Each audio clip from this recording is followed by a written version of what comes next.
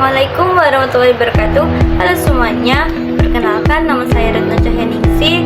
Saat ini saya berstatus sebagai mahasiswa Universitas Terbuka semester 2 Program Studi Administrasi Bisnis dengan NIM 054648474. Pada kesempatan kali ini saya akan menjelaskan tentang term dan logical fallacy untuk memenuhi tugas mata kuliah saya dari dosen pengampu.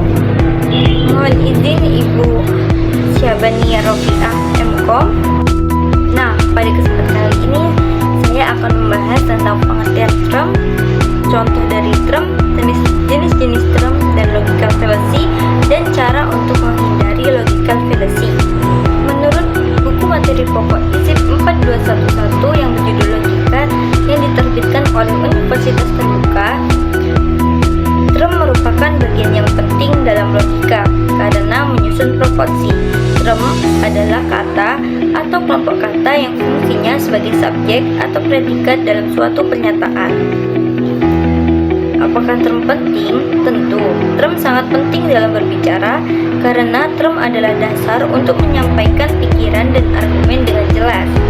Singkatnya, term adalah penyebutan objek, individu, atau konsep yang dibahas dalam logika, baik dalam bentuk kalimat, argumen, maupun penalaran. Jadi, term digunakan agar memastikan bahwa kita tidak salah mengartikan maksud dari argumen seseorang atau apa yang disampaikan oleh seseorang. Term dibagi menjadi beberapa jenis. Nah, 3 diantaranya adalah yang pertama, term konstan. Menurut buku materi pokok ISIP 4211 yang berjudul Logika yang diterbitkan oleh Universitas Terbuka, term konstan adalah istilah yang secara langsung menunjuk pada objek atau individu tertentu dan tetap. Sebagai contoh, dalam kalimat I.S. Soekarno adalah Presiden pertama Indonesia. Kata Soekarno adalah term konstan karena menunjuk pada satu individu yang jelas. Yang kedua, ada term umum, mengacu pada kelompok atau himpunan objek yang memiliki ciri yang sama. Menurut Irwanto, term umum mencakup banyak individu atau benda. Contoh, dalam kalimat siswa harus menghormati guru. Kata siswa adalah term umum karena mewakili sekelompok orang, bukan individu tertentu. Yang ketiga, term relasional. Masih menurut Irwanto, term relasional adalah istilah yang menunjukkan hubungan antar objek atau individu. Sebagai contoh, Dina lebih tinggi daripada Rina. Frasa lebih tinggi dari adalah term relasional karena menunjukkan perbandingan antara dua orang. Bagaimana cara agar nanti terhindar dari yang termasuk dengan term dan jenis-jenisnya?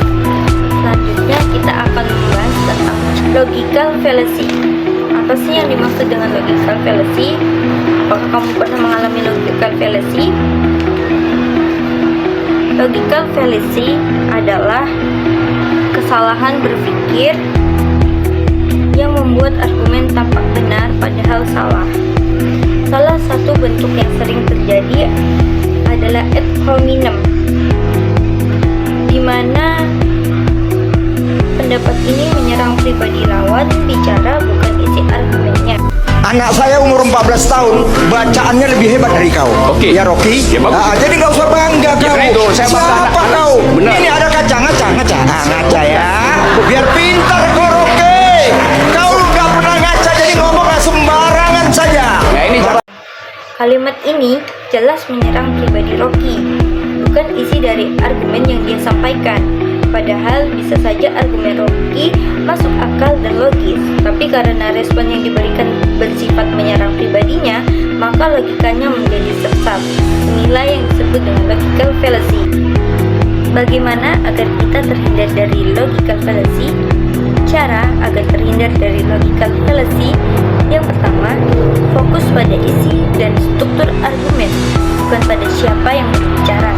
Kedua, gunakan bukti dan penalaran yang logis. Ketiga, kenali jenis-jenis sesat pikir agar tidak mudah terjebak dan mudah untuk menghindari. Yang terakhir atau yang keempat, latih kemampuan berpikir kritis. Misal, sosial, sering menanyakan apakah ini menyerang